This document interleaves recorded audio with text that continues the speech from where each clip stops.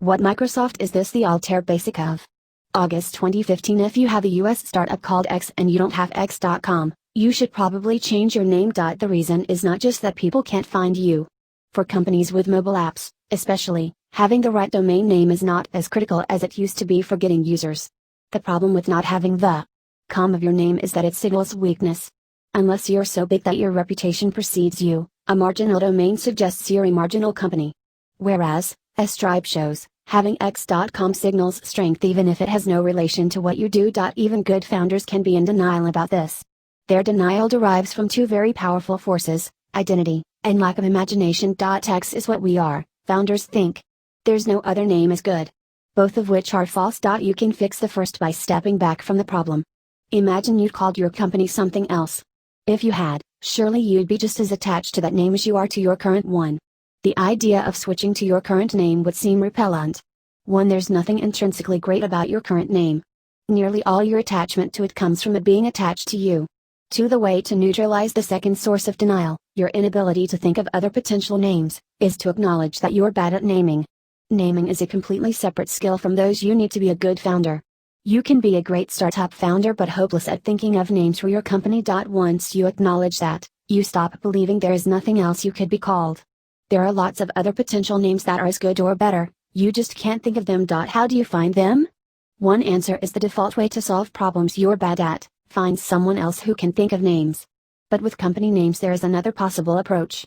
It turns out almost any word or word pair that is not an obviously bad name is a sufficiently good one, and the number of such domains is so large that you can find plenty that are cheap or even untaken.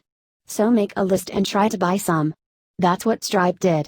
Their search also turned up parse.com, which their friends at Parse took.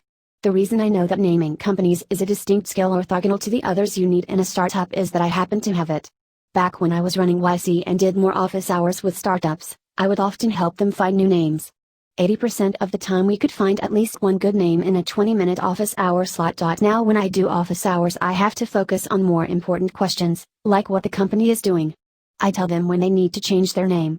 But I know the power of the forces that have them in their grip, so I know most won't listen. 3. There are of course examples of startups that have succeeded without having the com of their name. There are startups that have succeeded despite any number of different mistakes. But this mistake is less excusable than most. It's something that can be fixed in a couple days if you have sufficient discipline to acknowledge the problem. 100% of the top 20 YC companies by valuation have the com of their name. 94% of the top 50 do. But only 66% of companies in the current batch have the com of their name. Which suggests there are lessons ahead for most of the rest, one way or another. Notes 1. Incidentally, this thought experiment works for nationality and religion too. 2. The liking you have for a name that has become part of your identity manifests itself not directly, which would be easy to discount, but as a collection of specious beliefs about its intrinsic qualities.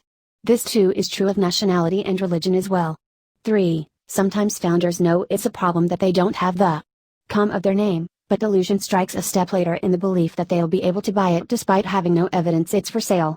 Don't believe a domain is for sale unless the owner has already told you an asking price. Thanks to Sam Altman, Jessica Livingston, and Jeff Ralston for reading drafts of this.